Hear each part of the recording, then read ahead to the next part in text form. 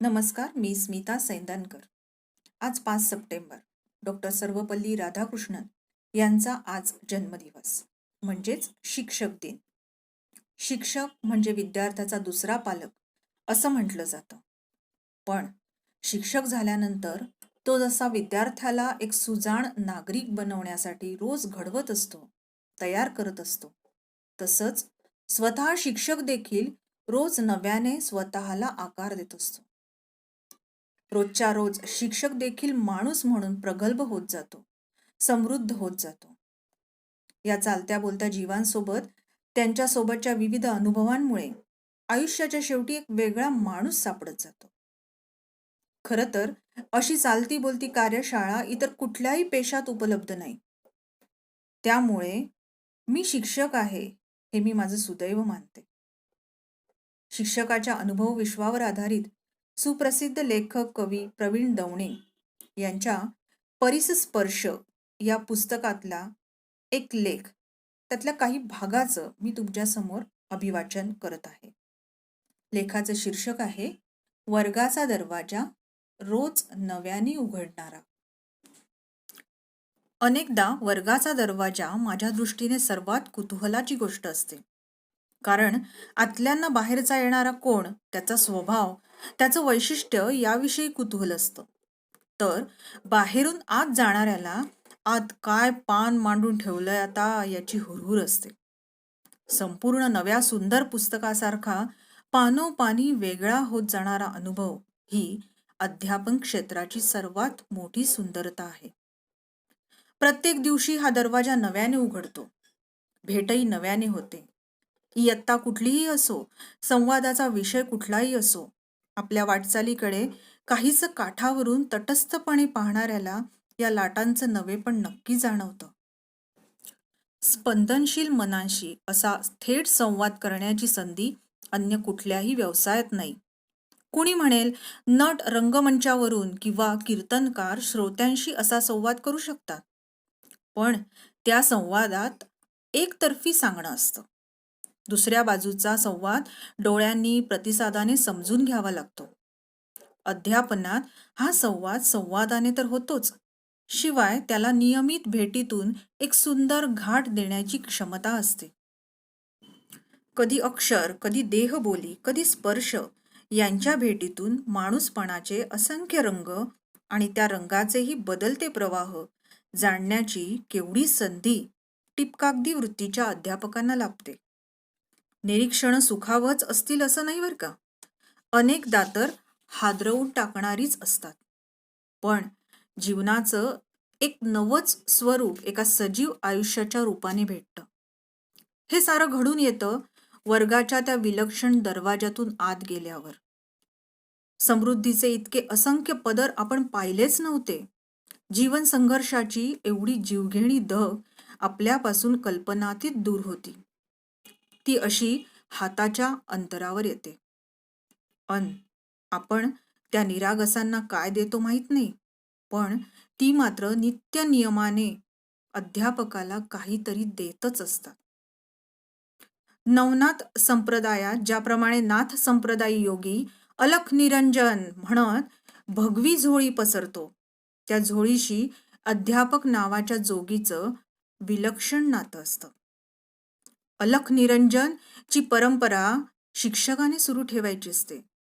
पण दरवाजातून आत येताना झोळीत पडेल ते साजरं करायचं असतं. ती भिक्षा नाही, तो शिधा आहे. त्यातून साधनेसाठी जीवन ऊर्जा मिळवायची असते. थांबायचं नसतं, अवमानानं कष्टी व्हायचं नसतं, तर सन्मानाने हुरळायचंही नसतं.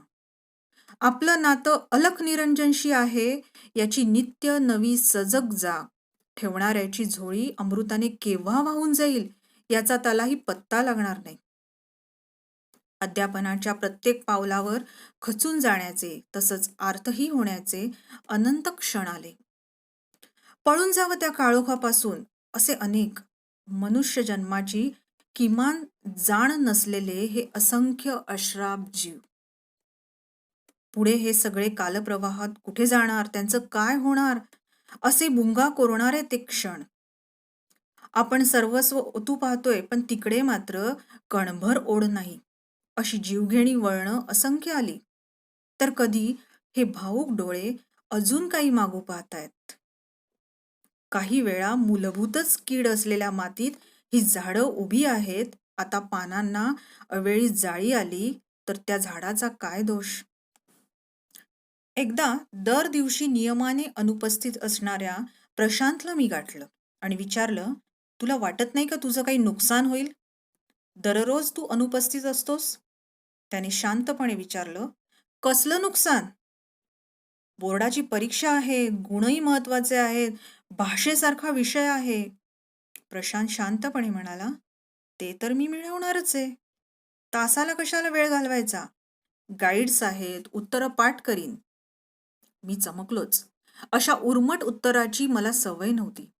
कारण अशा उत्तराची गाईड्स नसतात. प्रशांतने आव्हानपूर्वक वर्गात न बसणं स्वीकारलं होतं आणि त्याने त्याचा शब्द खरा पण केला. एकदाही वर्गात न बसता प्रथम वर्ग मिळवलाच. वर्गात नियमाने बसणाऱ्या सर्वांना प्रथम वर्ग मिळालेला नव्हता. प्रशांतने नाकावर टिचून तो मिळवून माझी जिरवली होती. त्या वर्षी माझी अस्वस्थता वेगळ्या चिंतनात बुडाली. प्रशांतने काय मिळवलं? काय गमावलं? खरंच काही गमावलं का? आणि ते गमावलेलं त्याला कधी मिळणार आहे की? त्याचाच जिवलग मित्र प्रसाद अचानक भेटला आणि म्हणाला, आठवतो का तो प्रशांत? तोच तो. मी विसरलोच नव्हतो. आठवण्याचा प्रश्नच नव्हता. हा, त्याचं काय? एवढा हुशार, पण व्यसनात वाया गेला. अरे रे, मला खूप वाईट वाटलं. मला खात्री आहे सर, तुमच्या पसायदानाच्या तासाला तो जर असता तर ही वेळ आली नसती. सर, आठवडाभर तुम्ही पसायदानावर बोलत होतात. दररोज एक ओवी. त्याला मार्क्स मिळाले, पण आम्हाला गुण मिळाले. स्तुतीनं संकोचायला वेळ नव्हता. कारण उमद्या व्यक्तिमत्वाच्या प्रशांतच्या अनामिक काळजीने मी अस्वस्थ झालो होतो. जिंकल्याचा आनंद नव्हता, वेगळीच हार माझ्यासमोर होती. मी का नाही प्रशांतचं मन वळवू शकलो? पाठांतरापलीकडे शिक्षक अजूनही खूप काही देतात हे त्याला का नाही सांगू शकलो? अध्यापनाची आरंभीची वर्ष होती ती. विद्यार्थ्यांना अज्ञानातून आलेला अहंकार होता तो. तर मला त्यांना चुचकारण्या इतकं लीन का नाही होता आलं? असो, शिकवता शिकवता शिकणाऱ्या केवढ्या लेखनाला शिक्षकाला सामोरं जावं लागतं. एक ध्यासपर्वच सुरू होतं. तास संपल्यावर आपण शिकवलेला मजकूर संपूर्ण उतरला का मनावर, याचा शोध सुरू होतो. पुढे मजकूर उतरला, पण आशय? त्याही पुढे आशय जाणवला, पण त्यातलं जीवन, जीवनाला जीवनाकडे नेणारं जीवन, ते शिक्षकाचं जीवन. हे वर्गाच्या आत नेणाऱ्या दरवाजाने शिकवलं. अलख निरंजन ची साथ घुमत राहिली म्हणून वाटलं काही दिवे विझले असतील, पण काही तर तेवले असतील ना. मनापासून पूजा केली असेल तर सारे अर्चन वाया कसं जाईल? आणि जात नाहीच, त्याचा प्रत्यय येत गेला.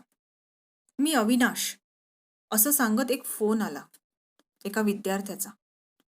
त्याच्या नवीन घराच्या वास्तुशांतीला मी यावं हा त्याचा आग्रह. काही केला त्याचा चेहरा मला आठवेना.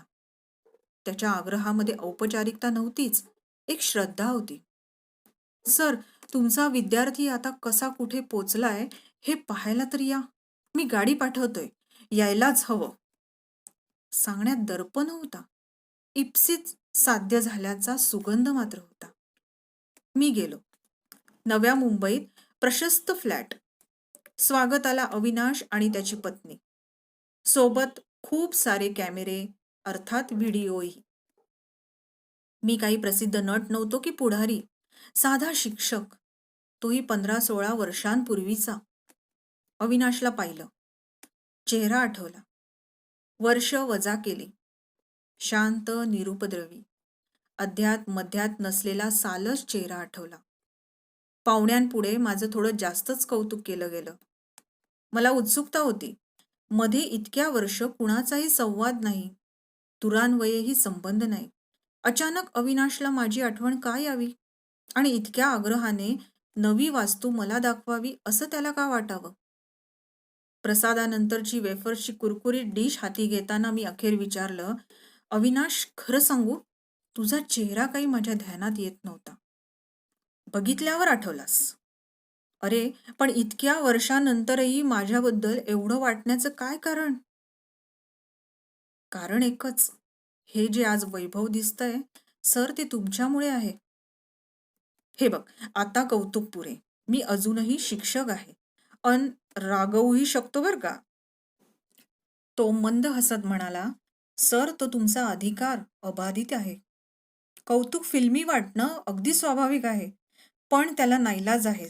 सर, शून्य महत्वाकांक्षा असणाऱ्या मी एस-एस-सीला 41% मिळवून कॉलेजात आलेला सुमार मुलगा होतो. टाइमपास म्हणून शिकायचं झालं. 12वी झालं की रिक्षा घ्यायची किंवा वडापावची गाडी किंवा प्लंबर हेच स्वप्न होतं. पण सर, एकदा तुम्ही डॉक्टर आंबेडकरांनी विद्यार्थ्यांना उद्देशून केलेलं भाषण शिकवलं. त्यावेळी त्यांच्या एका वाक्यावर तुम्ही तासभर बोललात. कुठल्या वाक्यावर? आत्मविश्वासासारखी दैवी शक्ती नाही आणि दीर्घ उद्योगानेच आत्मविश्वास प्राप्त होतो, हे ते वाक्य. या वाक्यानंतर त्याचं स्पष्टीकरण तुम्ही जे केलं त्यानंतर प्रचंड आळशी असलेल्या मला 4 रात्री झोप आली नाही. कूस बदलली की तुमचा आवाज, तुमची वाक्य, चेहरा आणि मग मनात काही ठरत गेलं. गंमत म्हणजे तेव्हाही जितकं दीर्घ उद्योगाचं महत्त्व कळलं नाही, ते पुढे वर्ष गेल्यावर अधिक जाणवायला लागलं. भोवतीची स्पर्धा कळली. आता नाही तर कधीच नाही. ह्या वाक्यातल्या प्रत्येक शब्दावरचे तुमचे आघात कळले. सर, डॉक्टर आंबेडकरांचे मूळ विचार महत्वाचे होतेच. त्यातला गाभा तुम्ही आम्हाला दाखवला आणि आमच्या आयुष्याशी जोडलात. त्यानंतर मी धडपडीचा वेग वाढवला. रिक्षा अन वडापावची गाडी ही स्वप्न मला छोटी वाटू लागली. मग इतरही स्पर्धा परीक्षा दिल्या. आज या प्रसिद्ध कंपनीचा मी व्हाईस चेअरमन आहे सर. हे सगळं मी निघता निघताच महाराष्ट्राचे गृहमंत्री देखील दाखल झाले. इतर मंत्रीही दाखल झाले. अविनाशनेच पाठवलेल्या गाडीतून घरी परतताना रात्रीचा अंधार त्याच्या श्रद्धेच्या सामर्थ्याने उजळला होता. कर्तृत्व त्याचंच होतं. टिंबाचंही श्रेय माझं नव्हतं, कारण भारतरत्न डॉक्टर आंबेडकरांचे विचारच संजीवनी पेरणारे होते, आत्म्याला जागे करणारे होते. मी फक्त विवरण केलं असेल. काहीही असो. असा एखादा प्रसंग घडतो आणि साऱ्या प्रवासाचा शीण जातो. आपण जो दीप प्रवाहात सोडतो, बघताना वाटतं आता दिसेनासा झाला. विझलाच बहुतेक. पण नाही. वाऱ्या वादळाला जरा थांब म्हणत किनारा गाठणारा असा हा दीप शिक्षकाच्या देवाऱ्यातला नंदादीप ठरतो. अध्यापकाचं जसं कुसुमाग्रजांच्या कवितेतील कोलंबसाच्या जिद्दीशी नातं आहे, त्याप्रमाणे 7 सफरी करणाऱ्या सिंदबादशीही आहे. एका सफरीतील असंख्य धोके सोसून, सफरीचा आनंद लुटून सिंदबाद एकदाचा घरी आला की ठरवतो, आता नवी सफर नको, झालं एवढं पुरे. परंतु पुन्हा मध्ये काही दिवस काहीही न घडण्याचे गेले की पुन्हा आपली प्रवासी बॅग भरतो आणि नव्या सफरीला तयार. जातीवंत शिक्षकाचंही तसंच आहे.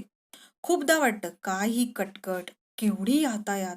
आपण एवढं ऊर फोडून सांगतोय, पण डोक्यात प्रकाश पडेल तर शपथ असं वाटतं. आणि पुढे असंही वाटतं, आता फक्त नोकरी करायची, पाट्या टाकायच्या.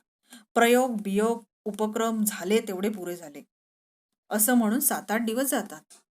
आणि पुढे ती रक्तात हिमोग्लोबिन प्रमाणे रमलेली हट्टी उपक्रमशीलता परत जागी होते. आपल्याला ती जाणवते आणि पुन्हा ताज्या नव्या दृढ निश्चयाने आपण वर्गाचा दरवाजा उघडतो. जादूगाराच्या पोतळीत कुठल्या चिजा दडलेल्या आहेत याची जशी उत्सुकता समोरच्या समुदायाला असते, तेच कुतूहल विद्यार्थ्यांना उपक्रमशील शिक्षकाबद्दल वाटत असतं. एखादा प्रयोग फसेलही, शेवटी तो प्रयोगच. पण नव्या अपयशातही नव्या प्रयोगाचं निमंत्रण देणारा तो सृजनशील अनुभव असतो. काही वेळा तलवार ठेवावी लागते.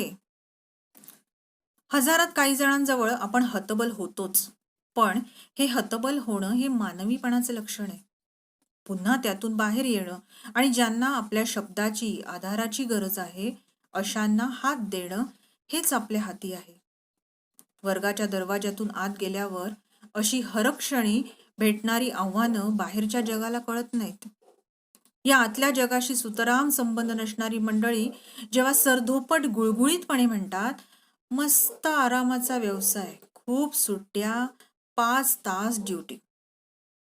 वरवर हे अगदी खरंय, पण व्यावसायिक आराम हा फक्त अनुक्रमणिकेची पाटी पुढे ढकलून करायचा, की हाती आलेल्या सामाजिक संधीचं सोनं करून समाधानातून करायचा, हा ज्याचा त्याचा संस्कार आहे. अध्यापकाचा व्यवसाय फक्त व्यासपीठावर तोंड उघडल्यावर सुरू होत नाही. तोंड बंद असतानाही उघड्या मनाने, जागरूक संवेदनेने अहर्निश सुरू हवा. खरा अध्यापक अंतर्बाह्य थांबत नसतोच. त्याचं लमाणाप्रमाणे एका गावाहून दुसऱ्या गावाला चालणं सुरूच असतं. या चलते रहनाचा मंत्र जपताना पुन्हा एकदा त्या अलख निरंजनशी नातं जुळतं आणि झोळीमध्ये नव्या वस्तुस्थितीचा, बदललेल्या आव्हानांचा शिधा पडतो.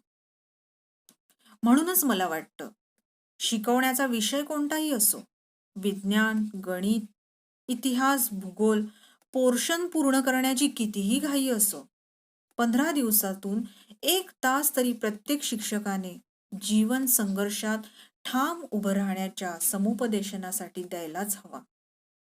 भाषेचा शिक्षक कुसुमाग्रजांच्या कणा कवितेतून समुपदेशन करेल, तर इतिहासाचा छत्रपती शिवरायांच्या आयुष्यातला संदर्भ देऊन करेल. तर विज्ञानाचा शिक्षक वाळवंटातही जगू इच्छिणाऱ्या वनस्पतींच्या विजिगीषू वृत्तीबद्दल देईल. तर गणिताची अवघड समीकरणाचं सूत्र देत जीवनाबद्दल भाष्य करू शकेल. विषय अमुक म्हणून शिक्षकाने पलायन करू नये, कारण ही पिढी वाचवणं आता पालक आणि शिक्षक यांच्याच हातात आहे. प्रेमासाठी विलक्षण आसुसलेली ही मनं, वर्तमानाच्या गतीवर स्वार असलेल्या पालकांना त्यांना कुशीत घ्यायला वेळ नाही हो. आणि बालपण, पौगंडावस्था ही प्रेमानेच जपली जाते. आज प्रेमाची अनुपस्थिती ही उपस्थित सुखाला मातीमोल करणारी गोष्ट आहे. प्रतिसाद, मनापासून दाद, कौतुकाची दखल घेतली की मुलं तरारतात, असा सर्वच सहृदय अध्यापकांचा अनुभव आहे. त्यासाठीच वर्गाचा दरवाजा उघडताना अलख निरंजनची झोळी वरून बंद शिवलेली नको, किंवा तळातून उसवलेली पण नको. या स्वीकाराचा आणि काही गोष्टी विसरून जायच्या हा साक्षेप या शिक्षक नावाच्या योग्याकडे नक्की हवा. धन्यवाद.